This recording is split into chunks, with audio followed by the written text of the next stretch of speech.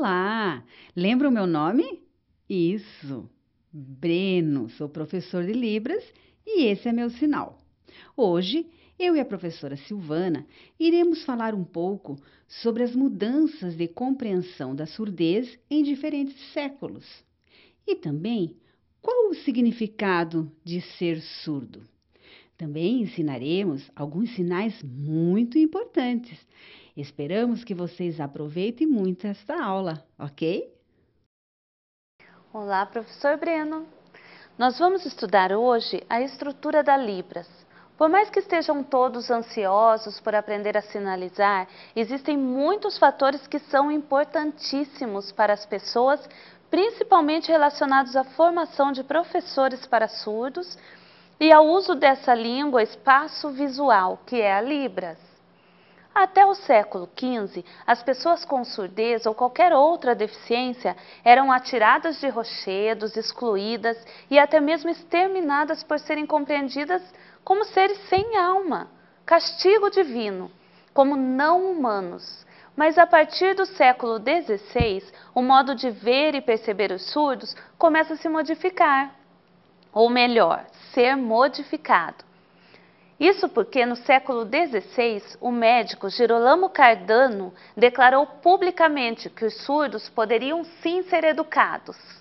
Karin Strobel destaca que o interesse de Cardano se deu porque o primeiro filho desse conceituado médico nasceu surdo e naquela época a surdez era sinônimo de defeito e exclusão social por consequência.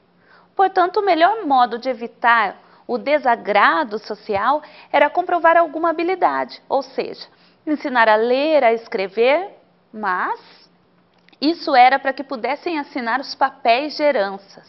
Por exemplo, era isso mesmo, a importância era para se receber uma herança. Mais tarde, no século XVIII, personagens como Ponce de León ou Abade Lepé marcaram significativamente a história dos surdos. Lepé investiu na língua de sinais para a instrução dos surdos e comprovou eficiência nela. Ainda que não fosse compreendida como língua e sim linguagem, mas esse fato foi de grande importância na história educacional dos surdos. O período crítico da história não foi o inicial, mas em 1880, quando os surdos foram obrigados a oralizar. Era para isso que a escola deveria servir. Treinamento da fala, e isso gerou um grande fracasso, um fracasso avassalador na educação das pessoas surdas. Acontecimentos que voltaremos a conversar durante as nossas aulas. Vamos debater o olhar antropológico sobre a surdez e o surdo? Libras. Estrutura. Pesquisas da década de 90 do século XX. Olhar antropológico e cultural sobre a surdez. Ainda bem que essa história não para por aí. Por volta de 1960, um jovem linguista chamado William Stockwell investe nos estudos e comprovação de que a conhecida linguagem dos sinais se tratava mesmo de uma língua, com gramática complexa, organizada, e comprovou por meio de suas pesquisas e com o apoio de surdos pesquisadores, de que a língua utilizada pelos surdos era capaz de comunicar qualquer tipo de discurso com propriedade, tanto quanto as línguas orais são capazes. Com isso, dá-se início a um novo modo de perceber e compreender os surdos, não apenas como alguém com falta de algo, mas como um ser completo. Não mais pela deficiência, um modelo clínico-terapêutico, ou seja, modelo que usa a enfermidade como suporte, mas um olhar antropológico, valorizando a cultura, a identidade e principalmente a língua do indivíduo surdo, como podemos evidenciar por meio da legislação.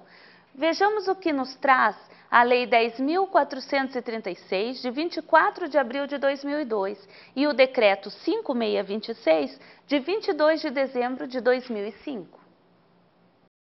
Lei 10.436, Brasil 2002, oficializou a língua de sinais Libras no Brasil. Decreto número 5626, de 22 de dezembro de 2005. Regulamenta a Lei nº 10.436, de 24 de abril de 2002, que dispõe sobre a língua brasileira de sinais, Libras, e o artigo 18 da Lei nº 10.098, de 19 de dezembro de 2000, Brasília, 22 de dezembro de 2005.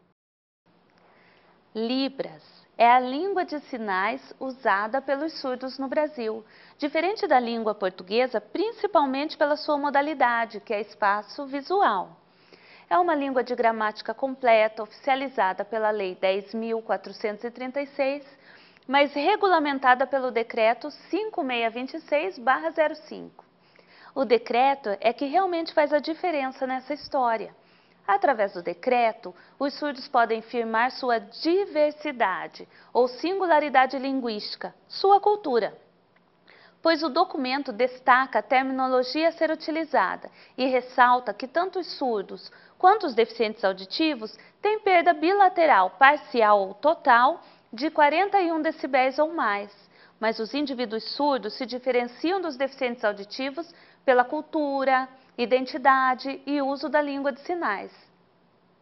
Assim, não é a área clínica ou a sociedade que define quem deve ser chamado de surdo ou deficiente auditivo, mas é o próprio indivíduo surdo, a partir de suas experiências, que define o melhor termo.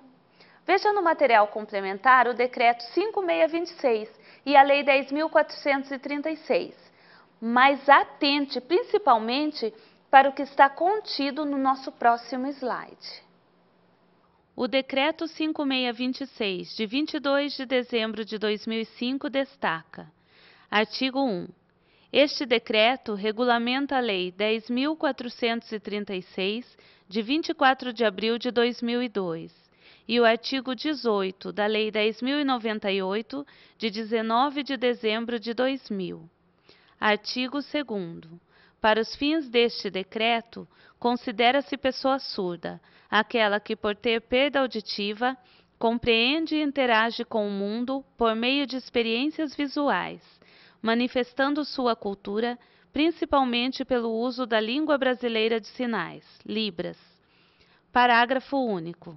Considera-se deficiência auditiva a perda bilateral, parcial ou total, de 41 decibéis, dB ou mais, aferida por audiograma nas frequências de 500 Hz, 1000 Hz, 2000 Hz e 3000 Hz. Assim, o significado de ser surdo está relacionado ao uso da língua de sinais, ou seja, a sua singularidade linguística. Os surdos conversam com as mãos, estabelecem e firmam uma comunicação visual. E poucos reconhecem o que significam os movimentos realizados e as inúmeras sinalizações. Quando compreendemos quem o surdo é e aprendemos a língua de sinais, quebramos as barreiras que são construídas, que existem em nós. Dizemos isso porque desde que os surdos nascem, se deparam com uma sociedade que apresenta muitas deficiências, e uma delas é a de não aceitar o outro como ele é. Prova disso é que mesmo com a regulamentação da Libras, a lei que torna oficial no país essa língua de sinais, muitas discussões ainda são levantadas. Se a Libras é mesmo eficiente, ou se a oralização não faria desses sujeitos mais capazes, é sempre essa discussão. Um absurdo, você não acha? Pois é. Ao nascer em uma sociedade excludente, o sujeito surdo aprende a interagir e a minimizar essas barreiras socialmente criadas. E então movimenta-se por essa sociedade, estuda, trabalha, enfim, atua normalmente nesta sociedade, por mais excludente que ela seja. Mas a sociedade que ouve e fala a língua portuguesa não aceita e poucos dão conta de aprender a língua de sinais. E nesse momento é que a situação fica mais difícil. Se na história apresenta grandes necessidades de mudança, a história vem apresentando aí no decorrer dos anos essa necessidade de mudança, vem exigindo agora o inverso, que nós aprendamos a Libras, a língua de sinais. E encontramos aí as dificuldades e tomamos como desnecessária a língua pelas nossas deficiências. Ainda mais se você não trabalha com surdos ou se você não tem estudante surdo na sua sala. Então nós precisamos prosseguir com a análise. Onde está a deficiência? Quando encontramos com um surdo, será que nós sabemos como agir ou interagir com ele? O que você faria? Não sabe? Então vamos aprender com o professor Breno. Ao encontrar um surdo, cumprimente. Vamos começar com a introdução de 2 sinais muito importantes. Lembram? Sinal surdo e o outro sinal, ouvinte. Você pode ver esses sinais na página 14 do seu manual do estudante.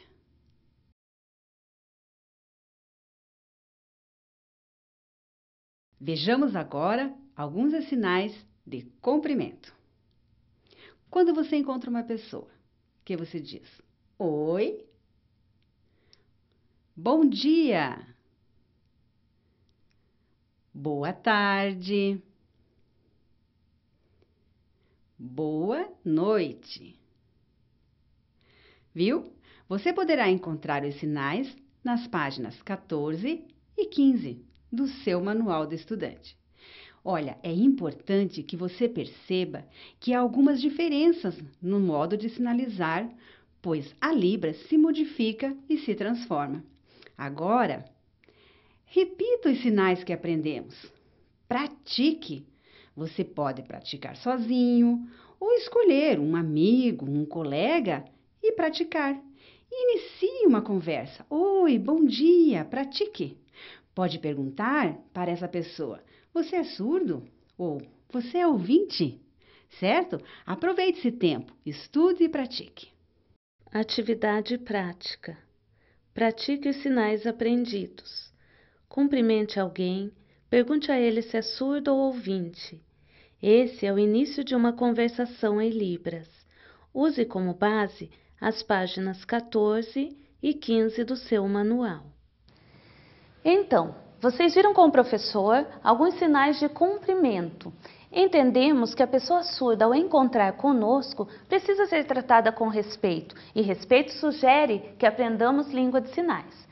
Quando entra na escola, alguns equívocos precisam ser desvelados. Um deles é compreender que o surdo não pode ser alfabetizado com práticas tradicionais, mas precisa ser letrado.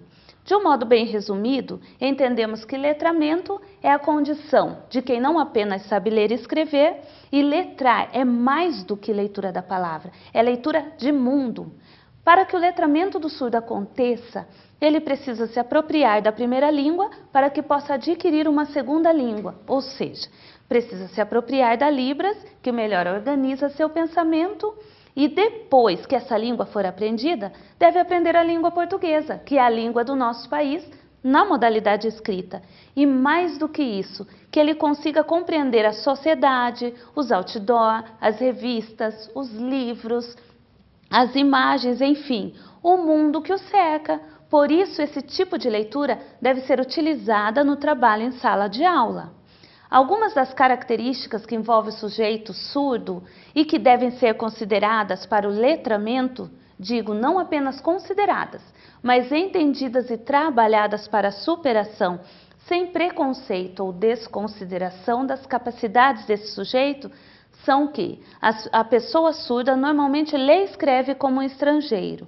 Portanto, nós precisamos estar trabalhando com eles, respeitando as características, cultura e identidade surda. Não podemos estar trabalhando surdo como trabalhamos os ouvintes, no estilo de alfabetização, grafema e fonema, mas trabalhando com essa primeira língua do sujeito. Portanto, você precisa aprender Libras. É isso que nós temos para te dizer hoje. Não pode passar despercebida a língua de sinais dentro da escola. Entenderam? Então nós aguardamos vocês para a próxima aula.